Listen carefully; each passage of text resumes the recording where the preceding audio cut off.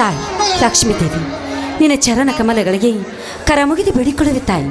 ಈ ರೈತರ ಬಾಳು ಸದಾ ಹಸನ್ಮುಖಿಗೆ ಆಗಿ ನಗುನಗುತ್ತಾ ಬಾಳುವಂತೆ ರಕ್ಷಣೆ ಮಾಡಿ ನಮಗೆ ಆಶೀರ್ವಾದ ಮಾಡುವ ಭಾರ ನಿನ್ನನ್ನೇ ಕೂಡಿದೆ ತಾಯಿ, ನಿನ್ನನ್ನೇ ಕೂಡಿದೆ.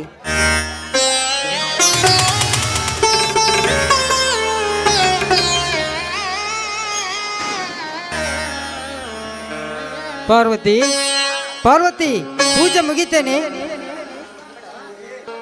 ಓ ಬನ್ನಿ ಸ್ವಾಮಿ, ತೋಟದಿಂದ ಈಗ ಬಂದ್ರಾ? ತೆಗೆದುಕೊಳ್ಳಿ ಪ್ರಸಾದವನ್ನು. ಪಾರ್ವತಿ, ದಿನನಿತ್ಯ ಹೊತ್ತು ಹೊಂಟರೆ ಪತಿ ಪೂಜೆ, ಆ ದೇವರ ಪೂಜೆ ಮಾಡುತ್ತಾ ಬಂದರೆ ನಿನ್ನಂಥ ಸತಿಯನ್ನು ಪಡೆದ ನಾನು ತುಂಬ ಧನ್ಯವಾದ ಪಾರ್ವತಿ. ಆದರೆ ಯಾಕೆ ಸ್ವಾಮಿ, ಆದರೆ ಏನೋ ಅಪಸರದ ಮಾತೇಕೆ ಆಡುತ್ತಿರುವಿರಿ ನೀವು? ಈ ನಮ್ಮ ಸಂಸಾರದಲ್ಲಿ ಏನಾದರೂ ತೊಂದರೆ ಆಯ್ತೆ ಹೇಳಿ ಸ್ವಾಮಿ. ಇಲ್ಲ ಪಾರ್ವತಿ, ಇಲ್ಲ. ನಿನ್ನೆ ರಾತ್ರಿ ನಾವಿಲ್ಲದ ಸಮಯದಲ್ಲಿ ನಮ್ಮ ಹೊಲದಲ್ಲಿ ಇಲ್ಲ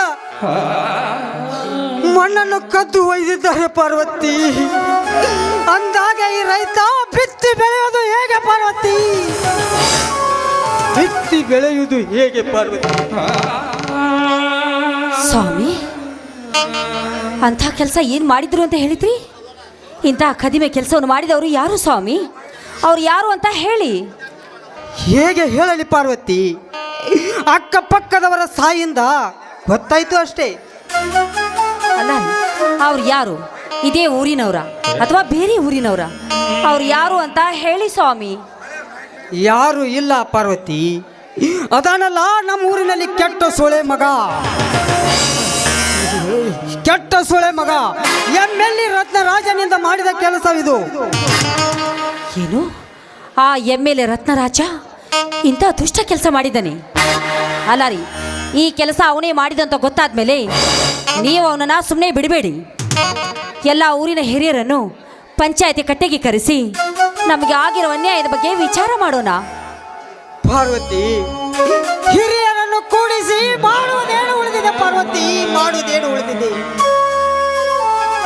ನೋಡು ಪಾರ್ವತಿ, ನ್ಯಾಯ ನೀತಿ ಸತ್ಯ ಧರ್ಮದಿಂದ ನ್ಯಾಯ ಮಾಡುವ ಹಿರಿಯರು ಎಲ್ಲಿದ್ದಾರೆ ಪಾರ್ವತಿ? ಎಲ್ಲಿದ್ದಾರೆ ಪಾರ್ವತಿ? ಬರೀ ಹೆಂಡ ಕಂಡ ಕುಡಿಸಿ ತಿನಿಸಿ ಅಂಥವರ ಪರವಾಗಿ ನ್ಯಾಯ ಹೇಳುತ್ತಾರೆ ಈ ಊರಿನಲ್ಲಿ ಹಿರಿಯರು. ಪಾರ್ವತಿ, ನಮ್ಮಂತ ಕಡು ಬಡವರ ನ್ಯಾಯ ದೊರಕಿಸುವುದು ಅಷ್ಟೊಂದು ಸುಲಭದ ಮಾತಲ್ಲ ಪಾರ್ವತಿ, ಸುಲಭದ ಮಾತಲ್ಲ.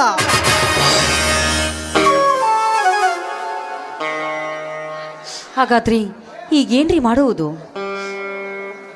ಬೇಡ ಪಾರ್ವತಿ, ಬೇಡ. ಬೆಳೆದದ್ದಿತ್ತ ನನ್ನ ತಮ್ಮ ಸೂರ್ಯಕುಮಾರನಿಗೆ ಹೇಳಿದರಾಯ್ತು. ರೈತರ ಸರ್ಪವಾಗಿ ಆ ಕೆಟ್ಟ ಶ್ರೀಮಂತರಿಗೆ ತಕ್ಕ ಪಾಠ ಕಲಿಸಲು ನನ್ನ ತಮ್ಮ ಹುಟ್ಟಿ ಬಂದಿದ್ದಾನೆ. ನೀನೇನು ಚಿಂತೆ ಮಾಡಬೇಡ ಪಾರ್ವತಿ. ಸೂರ್ಯ ಇನ್ನೂ ಬಂದಿಲ್ಲವೇ? ಇನ್ನೂ ಬಂದೇ ಇಲ್ಲ ನೋಡ್ರಿ. ರೀ, ಸೂರ್ಯ ಇನ್ನೂ ಬಂದಿಲ್ಲ. ಏಕೆ? ಕಾಲೇಜ್ಗೂ ಹೋಗಿದ್ದು ಇನ್ನೂ ಬಂದಿಲ್ಲವೇ? ಇನ್ನೂ ಬಂದಿಲ್ರಿ. ಯಾಕೆ ಬಂದಿಲ್ಲ ನನಗೇನು ಗೊತ್ತಾ? ಹಾಂ, ಏನಾದರೂ ಕಾಲೇಜಿನಲ್ಲಿ ಎಕ್ಸ್ಟ್ರಾ ಕ್ಲಾಸ್ ಇದ್ದಿರ್ಬೋದು ಅಷ್ಟೇ. ಅವ್ರು ಎಕ್ಸ್ಟ್ರಾ ಕ್ಲಾಸ್ ನಿಮಗೆ ಹೆಂಗೆ ಗೊತ್ತಾತು? ನನಗೆ ಗೊತ್ತು ಪಾರ್ವತಿ, ಎಲ್ಲ ಗೊತ್ತು. ಹೋಗ್ಲಿ. ಆದರೆ ಪಾರ್ವತಿ, ಎಷ್ಟೊಂದು ಮುಖದಿಂದ, ಎಷ್ಟೊಂದು ನಗು ಮುಖದಿಂದ ಕಾಣುತ್ತಿದೆಯಲ್ಲ. ಹೌದಾ ಪಾರ್ವತಿ, ಈ ನಿನ್ನ ಮಧುರ ಕಂಠದಿಂದ ಒಂದು ಗೀತೆಯನ್ನು ಹಾಡು ಬಾರೆ. ಹೌದು, ಅದಕ್ಕೆ ಇಷ್ಟೆಲ್ಲ ಬೆನ್ನಿ ಹಚ್ಚಾಕತ್ತೀರಿ ನೀವು? ಗೊತ್ತಾತ್ ನನಗೆ.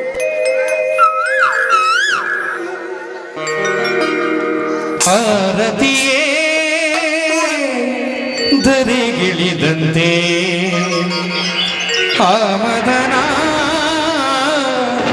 ನಗುತ್ತಿರುವಂತೆ ಕಲ್ಲು ಮುಳ್ಳೆಲ್ಲ ಮಂದಿ ಮಕ್ಕಳೆಲ್ಲ ಹೂವನವಾಯಿತು ಎನಿಸುತ್ತಿದೆ, ಹೂವನವಾಯಿತು ಎನಿಸುತ್ತಿದೆ.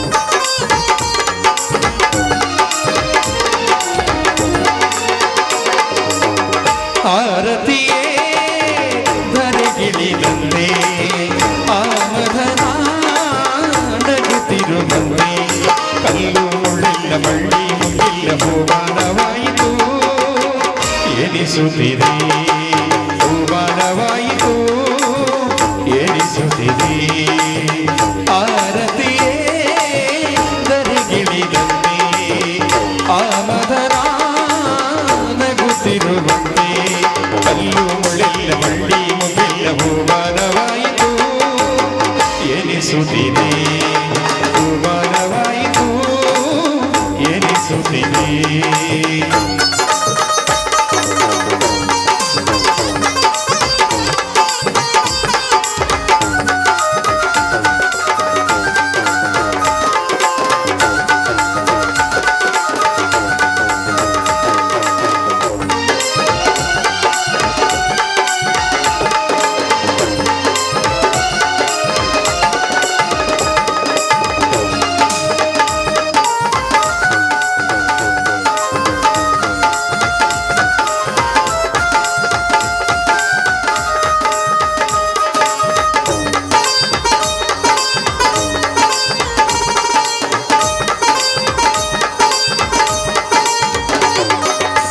ಮಾಮರ ತೂಗುತ್ತ ಚಾಮರ ಹಾಸುತ್ತ ಪರಿಮಳ ಎಲ್ಲೆಡೆ ಚೆಲ್ಲುತ್ತಿದೆ ಗಗನದ ಅಂಚನು ರಂಗನು ಚೆಲ್ಲುತ್ತ ಸಂಧ್ಯೆಯು ನಾಟ್ಯವ ಹಾಡುತ್ತಿರೆ ಪ್ರಣಯದ ಕಾಲ ಬಂದು ನೋಡಿ ಎಂದು ಹಾಡಿ ಹೋಗಿದೆಯೋ ನಡೆಯುತ್ತಿದೆ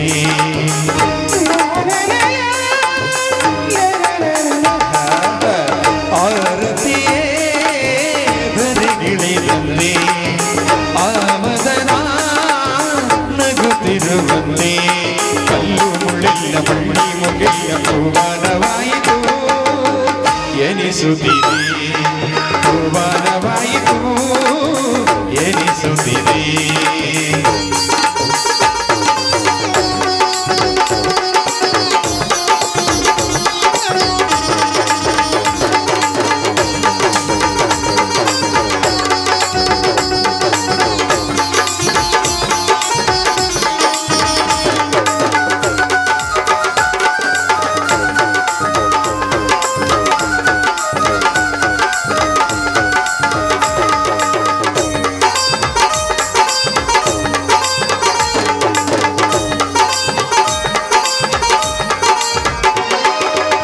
ಪ್ರೇಮದ ಭಾವಕ್ಕೆ ಪ್ರೇಮದ ರಾಗಕ್ಕೆ ಮೌನವೇ ಗೀತೆಯ ಹಾಡುತ್ತಿರೆ ಸರಸದ ಸ್ನೇಹಕ್ಕೆ ಒಲವಿನ ಕಾಣಿಕೆ ನೀಡಲು ಆದರವು ಹರಡುತ್ತಿರೆ ಎಂದಿಗೂ ಹೀಗೆ ಬಾಳುವ ಆಸೆ ತುಂಬಿ ಬಂದು ಪ್ರೇಮಿಗಳು ನಲಿಯುತ್ತಿರೆ ಪ್ರೇಮಿಗಳು ನಲಿಯುತ್ತಿದೆ ಆರತಿಯೇ ದರಗಿಳಿದಂತೆ ಆಮದನ ನಗುತ್ತಿರುವಂತೆ ಕಲ್ಲು ಮುಳ್ಳೆಲ್ಲ ಬಳ್ಳಿ ಮುಗಿಲ್ಲ ಹೂವಾನವಾಯಿತು ಎನಿಸುತ್ತಿದೆ ಹೂವಾನವಾಯಿತು ಎನಿಸುತ್ತಿದೆ ಹೂವಾನವಾಯಿತು ಎನಿಸುತ್ತಿದೆ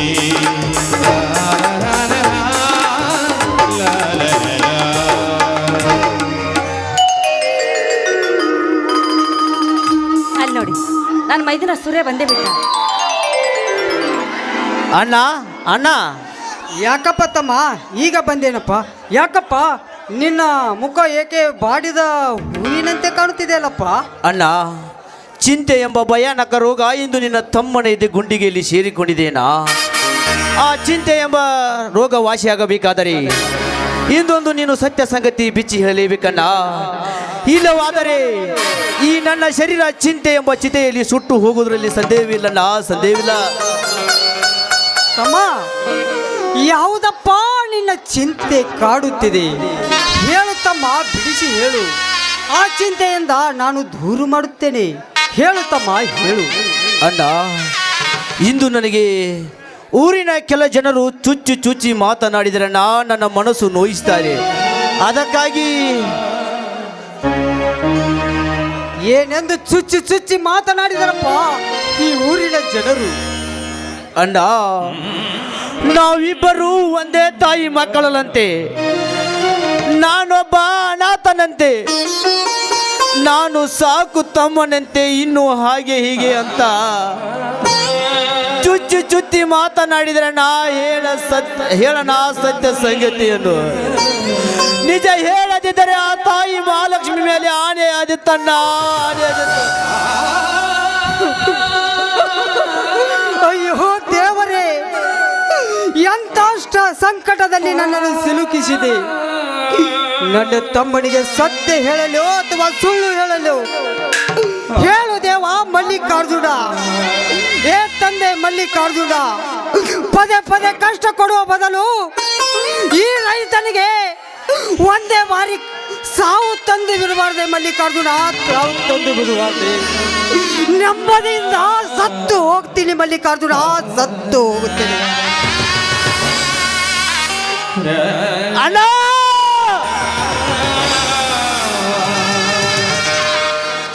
ತಮ್ಮ, ನಾನು ನಿನಗೆ ಸತ್ಯದ ಸಂಗತಿಯನ್ನು ಹೇಳುತ್ತೇನೆ ತಮ್ಮ.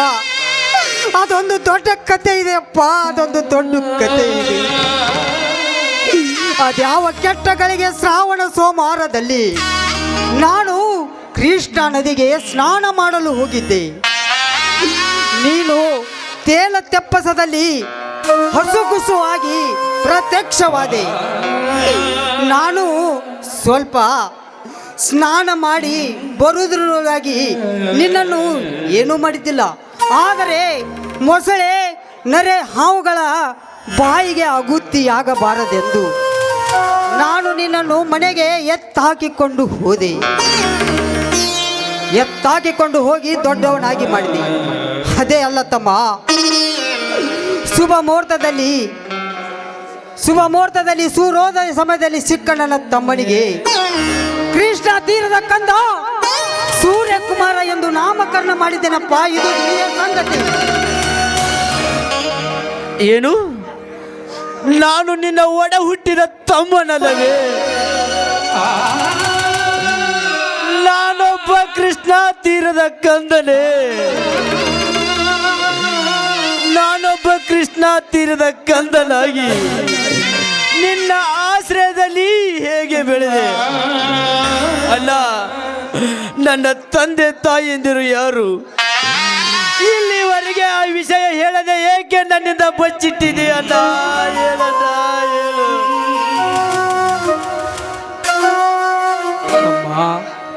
ನೀನೇನು ದುಃಖಿಸ ಪಡಬೇಡಪ್ಪ ತಮ್ಮ. ನಿನ್ನಿಂದ ಒಂದು ನನಗೆ ಸಹಾಯವಾಗಬೇಕಾಗಿದೆಪ್ಪ. ಅಣ್ಣ, ಈ ಅನಾಥ ಮಗುವಾಗಿರುವಾಗ ಈ ಕೃಷ್ಣ ತೀರದ ಕಂದನನ್ನು ತಂದು ಜೋಪಾನ ಮಾಡಿ ನಿನ್ನ ಒಡ ಹುಟ್ಟಿದ ತಮ್ಮನಿಗಿಂತ ಹೆಚ್ಚಾಗಿ ತಿಳಿದು ನನ್ನನ್ನು ಬೆಳೆಸಿ ದೊಡ್ಡವನಾಗಿ ಮಾಡಿದೆ. ಅಣ್ಣ, ಈ ನಿನ್ನ ಉಪಕಾರವನ್ನು ನನ್ನ ಜನ್ಮದಲ್ಲಿ ಮರೆಯಲು ಸಾಧ್ಯವಿಲ್ಲ, ಸಾಧ್ಯವಿಲ್ಲ. ಅಣ್ಣ, ನನ್ನ ತಂದೆ ತಾಯಿಯಂದಿರು ಯಾರೇ ಆಗಿರಲಿ, ಇನ್ನು ಮುಂದೆ ನೀವೇ ನನ್ನ ತಂದೆ ತಾಯಿ, ನೀವೇ ನನ್ನ ಬಂಧು ಬಳಗ, ನೀವೇ ನನ್ನ ಸಕಲ ಐಶ್ವರ್ಯ ಎಂದು ತಿಳಿದು ದೇವರಂತ ಅಣ್ಣನನ್ನು, ಮುತ್ತಿನಂತ ಅತ್ತಿಗೆಯನ್ನು ಯಾವತ್ತೂ ನನ್ನ ಹೃದಯ ಮಂದಿರದಿಟ್ಟು ಪೂಜಿಸುತ್ತೇನೆ. ಪೂಜಿಸುತ್ತೇನೆ, ಸದಾ ನಿಮ್ಮ ಸೇವೆ ಮಾಡುತ್ತೇನೆ.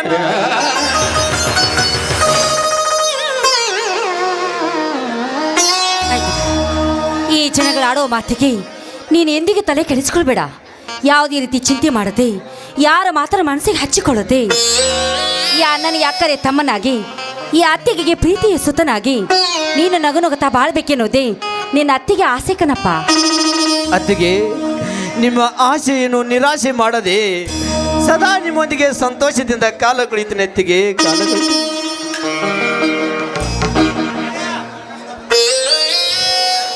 ತಮ್ಮ, ನಿನ್ನೆ ನಾವಿಲ್ಲದ ಸಮಯವನ್ನು ನೋಡಿ ಈ ಊರಿನ ವರ್ಧರ MLA ಆದ ರತ್ನರಾಜ ನಮ್ಮ ಹೊಲದಲ್ಲಿರುವ ಮಣ್ಣನ್ನು ಕದ್ದು ಒಯ್ದು ತನ್ನ ಹೊಲಕ್ಕೆ ಹಾಕಿಸಿಕೊಂಡಿದ್ದಾನೆ. ಅದಕ್ಕೆ ನೀನು ಅವನ ಹತ್ತಿರ ಹೋಗಿ ನಮಗೆ ಆದ ಅನ್ಯಾಯವನ್ನು ಅವನಿಗೆ ಮೆಟ್ಟಿ ಹೇಳಿ, ನೀನು ಸೇಡಿನ ಸರ್ಪವಾಗಿ ರೈತ ಸಾಕಿದ ಸರ್ಪ ಆಗಿ ಅವನಿಗೆ ಬುದ್ಧಿ ಕಲಿಸಿ ಬಾರಪ್ಪ ತಮ್ಮ. ಇದೇ ನಿನ್ನ ಅಣ್ಣನ ಆಸೆ. ಅಣ್ಣ, ಅಧಿಕಾರದ ಅಮರಿನಲ್ಲಿ ರಾಜಕೀಯ ಪುಂಡಾಟಿಕೆಯಿಂದ ರೈತರ ಬಾಳಿನಲ್ಲಿ ಚಿತ್ರಹಿಂಸೆ ಕೊಡ್ತಿರೋ ರತ್ನರಾಜನನ್ನು ಕಚ್ಚೆಯ ತೀರುತ್ತೇನೆ. ಇದು ನಿನ್ನ ಪಾದದ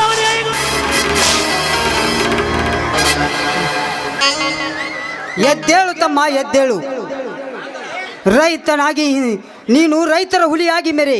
ಹೋಗುತ್ತಮ್ಮ, ಅವನ ಹತ್ತಿರ ಹೋಗಿ ನಮಗೆ ಆದ ಅನ್ಯಾಯವನ್ನು ತೊಡೆ ತಟ್ಟಿ ಹೇಳಿ ಬಾ. ಹೋಗುತ್ತಮ್ಮ, ಹೋಗು.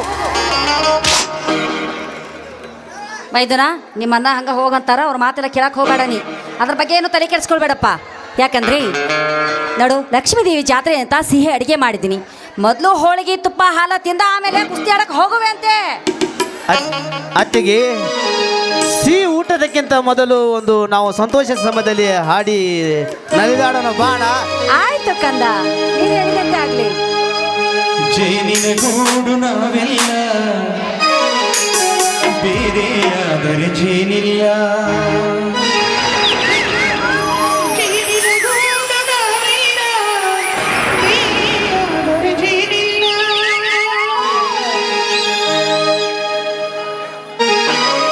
ಜೇನಿನ ಗೂಡು ನಾವೆಲ್ಲ, ಬೇರೆಯಾದರೆ ಜೇನಿಲ್ಲ. ಜೇನಿನ ಗೂಡು ನಾವೆಲ್ಲ, ಬೇರೆಯಾದರೆ ಜೇನಿಲ್ಲ. ಮನಗಳು ಸೇರಿದರೆ ತುಂಬಿದ ಮನೆಯಂತೆ,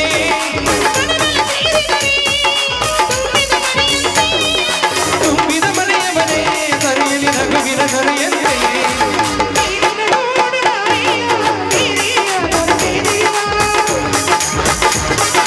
ಜೇನಿನ ಗೂಡು ನಾವೆಲ್ಲ, ಬೇರೆಯಾದರೆ ಜೇನಿಲ್ಲ.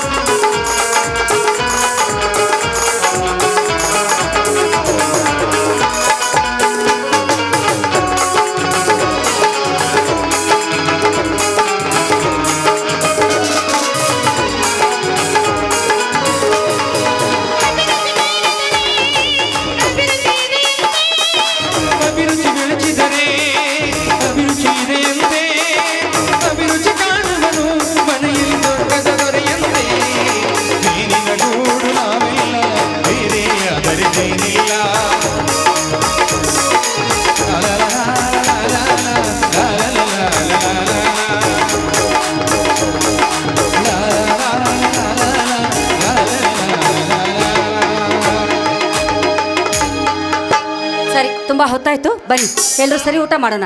ಆಯ್ತತ್ತಿಗೆ, ನಡಿ ಹೋಗೋಣ.